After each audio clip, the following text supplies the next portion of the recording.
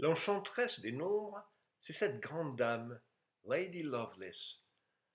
En son honneur, un langage informatique porte son prénom, Ada.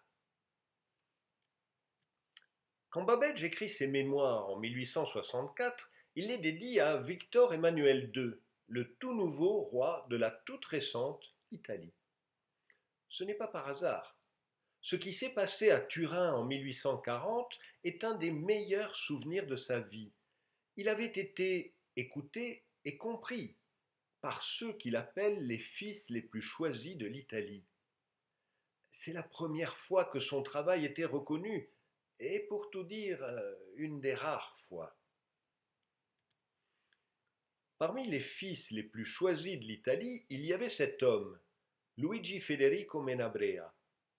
En fait, Louis-Frédéric Menabrea, qu'il ait été fils de l'Italie, était un peu un hasard de l'histoire. Il était né à Chambéry, à l'époque où la Savoie faisait partie du royaume de Sardaigne. Comme vous le constatez, il a fait une carrière militaire brillante, jusqu'à devenir à la fin de sa vie président du Conseil. En 1840, il avait tout juste la trentaine et sans doute moins de médailles. Il était capitaine du génie. Peut-être parce qu'il était le plus jeune, c'est sur lui qu'était tombée la corvée de rédiger un résumé des exposés de Babbage. Et c'est comme ça qu'il est devenu l'auteur du premier article d'informatique de l'histoire. Cet article est paru en 1842 dans la Bibliothèque universelle de Genève sous le titre Notions sur la machine analytique de Babbage. En français donc. Voici ce qu'il dit. Monsieur Charles Babbage a consacré plusieurs années à réaliser une pensée gigantesque. Il ne s'est proposé rien de moins que de construire une machine capable d'exécuter non seulement les calculs arithmétiques, mais encore les calculs analytiques dont les lois seraient connues. L'imagination est d'abord effrayée d'une telle entreprise, mais à mesure que l'on réfléchit avec plus de calme, le succès en paraît moins impossible. Tout de même, quand cet article est paru, il semblait curieux que le premier texte expliquant les idées de Babbage soit écrit en français. Or, il y avait en Angleterre une revue qui publiait des traductions anglaises d'articles scientifiques étrangers. Il était normal que l'article de Menabrea y soit traduit, mais ce n'était pas que une traduction. Quelques années après, Menabrea se souvient. Les notes qui accompagnaient la traduction de mon petit mémoire étaient extrêmement remarquables et annonçaient dans leur auteur une sagacité peu ordinaire. J'ignorais le nom de cet auteur lorsque, à mon grand étonnement, j'appris de M. Babbage lui-même que la traduction et les notes étaient l'ouvrage de Lady Ada Lovelace, de la fille de Lord Byron, dame aussi distinguée par l'élévation de son esprit que remarquable par sa beauté, et que la mort a enlevée il y a peu d'années dans l'âge le plus brillant de sa vie. Lord Byron, c'est lui, le poète romantique par excellence, avec tous les défauts qui allaient avec, dépensier, fantasque, égoïste, parfois même amoral. Et il faut tenir compte du système d'alliance de la haute société britannique de l'époque pour expliquer pourquoi il s'est marié avec Anna Milbank. Certes, elle était beaucoup plus riche, et le mariage pouvait permettre d'éponger les dettes. Mais tout de même, Annabella était à peu près son exact opposé. Froide, calculatrice, voire manipulatrice, elle avait l'esprit rigoureux dont il était dépourvu. Au moment où il lui faisait sa cour, il l'appelait la princesse des parallélogrammes. Peu après, elle était devenue la Médée mathématique, ce qui était beaucoup moins flatteur. Il faut dire qu'il s'était comporté de manière odieuse avec elle, avant même le mariage. Bref, il se marie, elle tombe enceinte, Une petite fille naît et Annabella le quitte un mois plus tard. Byron fuit l'Angleterre, va soutenir les Grecs qui luttent contre les Turcs pour leur indépendance et meurt là-bas à 36 ans. La petite fille n'aura jamais connu son père, mais elle ne cessera jamais d'être la fille de Lord Byron. Cette petite fille, la voici à 4 ans. Elle est élevée par sa mère qui ne la laisse pas beaucoup respirer. Annabella a des principes éducatifs extrêmement stricts et Ada ne peut que filer doux. Surtout, la mère est très attentive à réprimer tout ce qui, chez Ada, pourrait rappeler Lord Byron, dont elle dit, à qui veut l'entendre, et surtout à sa fille, tout le mal possible. La voici à 7 ans. Imaginez-vous une gamine que tout le monde regarde comme une bête curieuse parce qu'elle est la fille du plus grand poète du temps, mais élevée par sa mère dans la peur de tout ce que son père représente. Oh, comme elle avait du caractère, elle a tout de même tenté quelques rébellions. Voici ce que Ada écrit à sa mère. On ne sait pas exactement quand, ce devait être pendant l'adolescence. Vous ne voulez pas m'accorder la poésie philosophique. Inversez l'ordre. Me donnerez-vous la philosophie poétique, la science poétique? On peut lire cette phrase comme une clé de la personnalité d'Ada. Sa mère était assez peu avancée sur les parallélogrammes pour croire en l'opposition absolue entre poésie et mathématiques.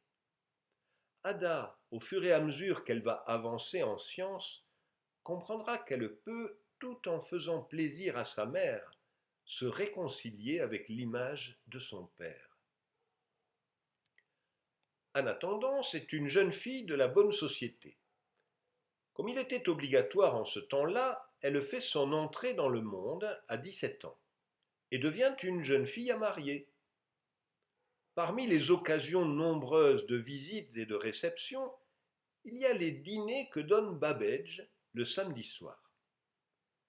À partir de 1833, le clou des réceptions de Babbage, c'est l'exemplaire de sa machine aux différences qui trône dans son salon et dont il explique volontiers le fonctionnement.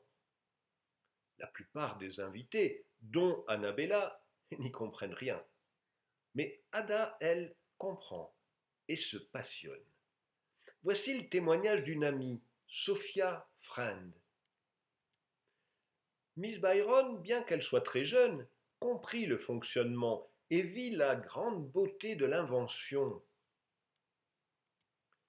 Cette Sophia Friend est une amie de sa mère. Elle deviendra l'épouse de Augustus de Morgan, le logicien des lois de Morgan. Ada commence à apprendre plus sérieusement les mathématiques. Elle travaille seule, mais a autour d'elle des sortes de tuteurs auxquels elle écrit fréquemment pour leur poser des questions et demander conseil.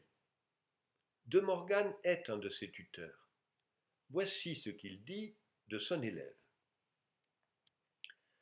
Sa puissance de pensée depuis le début de ma correspondance avec elle a été radicalement différente de ce qui est habituel chez un débutant, homme ou femme. L'esprit de Madame Somerville ne l'a jamais conduite qu'aux détails du travail mathématique. Lady Lovelace veut prendre un chemin tout à fait différent. Madame Somerville, la voici. C'est la référence de l'époque en tant que femme de science. Elle a appris les mathématiques toute seule, jusqu'à comprendre le monument qu'était la mécanique céleste de Laplace, dont elle publie même une traduction. Laplace, qu'elle avait rencontré, avait déclaré qu'elle était l'une des très rares personnes, hommes ou femmes, à avoir compris sa mécanique céleste. Elle avait ensuite publié son propre livre de physique en 1834. C'était devenu un livre d'enseignement classique, y compris pour les hommes. La moindre des choses était qu'il soit traduit en français, ce qui est fait à la demande d'Arago en 1837. Marie Somerville devient une tutrice, mais aussi une amie et une conseillère pour Ada. Contrairement à sa mère, elle ne la juge pas et essaye de l'aider en toute sincérité. Ada en est consciente et lui en est très reconnaissante. Voici ce qu'elle lui écrit en février 1835. Je ne sais pas si je pourrais un jour vous retourner ou reconnaître votre gentillesse, sauf en essayant d'être une bonne petite fille et de montrer que je tire parti de vos excellents conseils. Je sens bien que vous êtes une amie sincère et cela me rend très heureuse, je vous assure.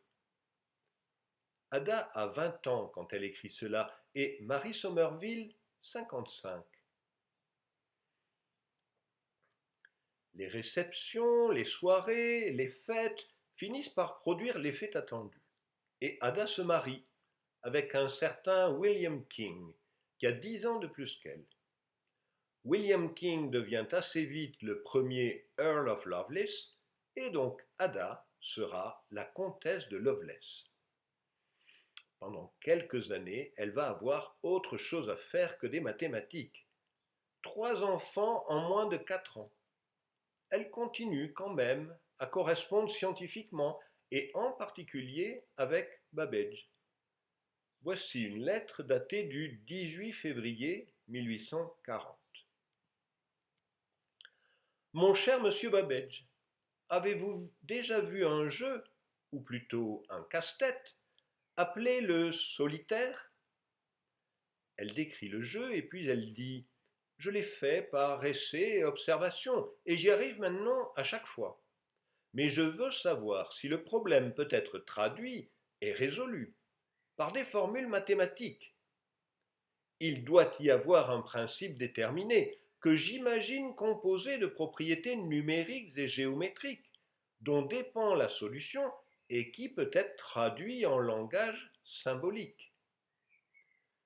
Je trouve émouvant de rapprocher cette lettre de Ada Lovelace à Babbage en 1840 de la suivante, écrite plus d'un siècle plus tard.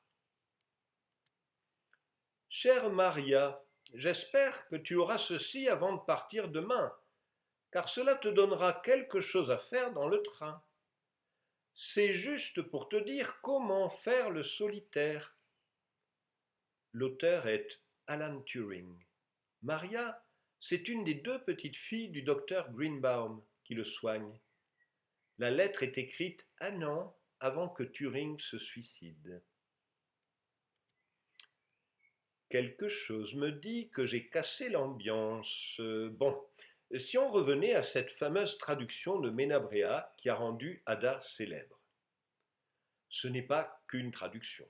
Chacune des 7 notes d'Ada, de grand A à grand G, a la taille d'un petit article. En tout, les notes occupent largement plus de place que l'article original de Menabrea. C'est un travail acharné de 3 mois que Ada réalise pendant l'été 1843. Elle a soigneusement épluché les centaines de documents que Babbage lui a fournis, et elle est allée beaucoup plus loin que Menabrea. Quand il reçoit les premières épreuves, Babbage est clairement impressionné. Je suis très réticent à retourner pour modification votre admirable note A. S'il vous plaît, n'y touchez pas. Il était impossible pour vous de savoir cela par intuition, et plus je lis vos notes, plus j'en suis surpris, et je regrette de n'avoir pas exploré plus tôt un filon aussi riche du métal le plus noble. Voici l'article. Il commence par une longue exposition imposée par Babbage des publications et réalisations antérieures. Voici les dernières lignes de l'article. La seule signature qu'il comporte, ajoutée sur le conseil de son mari, ce sont les 3 lettres ALL pour Ada Lady Lovelace. La formule encadrée en bleu est une équation aux différences de degré 2, présentée comme une généralisation de celle qui détermine les nombres de Bernoulli. Ada explique que ce qui vient d'être dit pour les nombres de Bernoulli peut être étendu au cas général. Les nombres de Bernoulli, c'est l'exemple que donne Ada pour expliquer comment fonctionne la machine analytique et surtout comment on la commande au moyen des cartes perforées. Bien que le mot algorithme ne soit jamais employé, il s'agit bien de décrire un algorithme de calcul. Mais il n'existe pas de langage pour cela. Alors, Ada conçoit cette grande table qui est publiée à un encart avec l'article. Dans ses lettres, on apprend qu'elle a été réalisée graphiquement par son mari. Cette table est souvent présentée comme le premier algorithme de l'histoire, et donc Ada serait la première programmeuse au monde. Ou pas. Voici ce que dit Babbage dans ses mémoires plus de 20 ans après. Nous discutâmes ensemble les différentes illustrations qui pourraient être introduites. J'en suggérai plusieurs, mais c'est elle seule qui fit la sélection. De même que la résolution algébrique des différents problèmes, sauf celui des nombres de Bernoulli, que j'avais proposé de faire pour éviter le souci à Lady Lovelace. Elle me l'avait renvoyé avec des modifications, car elle avait détecté une erreur grave que j'avais commise dans le développement. La mémoire de Babbage n'est pas forcément fiable sur ce coup. Ada avait bien travaillé avant sur les nombres de Bernoulli, et sa correspondance montre qu'elle est responsable de la plus grande partie de la conception de la table. Mais que ce soit Ada ou Babbage n'a pas vraiment d'importance. Le calcul des nombres de Bernoulli n'est pas le premier algorithme de l'histoire, loin de là. Et ce n'est même pas le premier qui ait été adapté pour la machine analytique. Ce qui compte en revanche, c'est la vision claire que Ada avait de l'importance théorique et du futur d'une telle machine. Voici quelques exemples. La caractéristique distinctive de la machine analytique qui a rendu possible le fait de doter le mécanisme de facultés si étendues qu'il est juste de le qualifier de bras droit exécutif de l'algèbre abstraite, est l'introduction du principe que Jacquard a utilisé pour réguler, au moyen de cartes perforées, les dessins les plus compliqués dans la fabrication des étoffes brodées. Nous pouvons dire de manière appropriée que la machine analytique tisse des motifs algébriques, juste comme le métier de Jacquard tisse des fleurs et des feuilles. Nous percevons aisément que comme chacune des fonctions successives est arrangée en une suite qui suit la même loi, il y aurait, après que la première fonction ait été calculée, un cycle, deux cycles, deux cycles, etc. d'opérations, une fois, deux, trois, jusqu'à n-1 fois, pour obtenir la énième fonction. Donc Ada a parfaitement compris ce qu'est une boucle, et il ne faudrait pas la pousser beaucoup pour qu'elle parle de récursivité. Elle a surtout compris que le principe de la machine analytique ne se limite pas au calcul numérique. En supposant, par exemple, que les relations fondamentales entre les fréquences dans la science de l'harmonie et les règles de la composition musicale soient susceptibles d'une telle expression, la machine pourrait composer des morceaux de musique élaborés et scientifiques de n'importe quel degré de complexité ou d'étendue. La machine analytique n'a rien à voir avec les simples machines à calculer. Elle occupe une place à part. Et les considérations qu'elle suggère sont des plus intéressantes. En faisant qu'un mécanisme combine des symboles généraux en des suites d'une diversité et d'une étendue illimitée, un lien a été établi unissant les opérations de la matière et les processus mentaux du domaine le plus abstrait de la science mathématique. Un langage nouveau, vaste et puissant est développé pour l'usage futur de l'analyse, dans lequel elle pourra exprimer ses vérités. de sorte que celles-ci deviendront plus rapidement et plus précisément applicables en pratique pour l'usage de l'humanité que par n'importe quel moyen disponible jusque-là.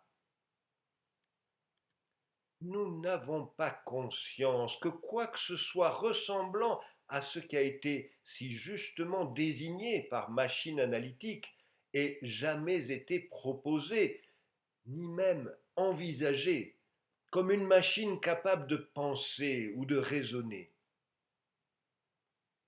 En 1884, longtemps après la mort d'Ada, Menabrea revient sur la machine de Babbage devant l'Académie des sciences de Paris.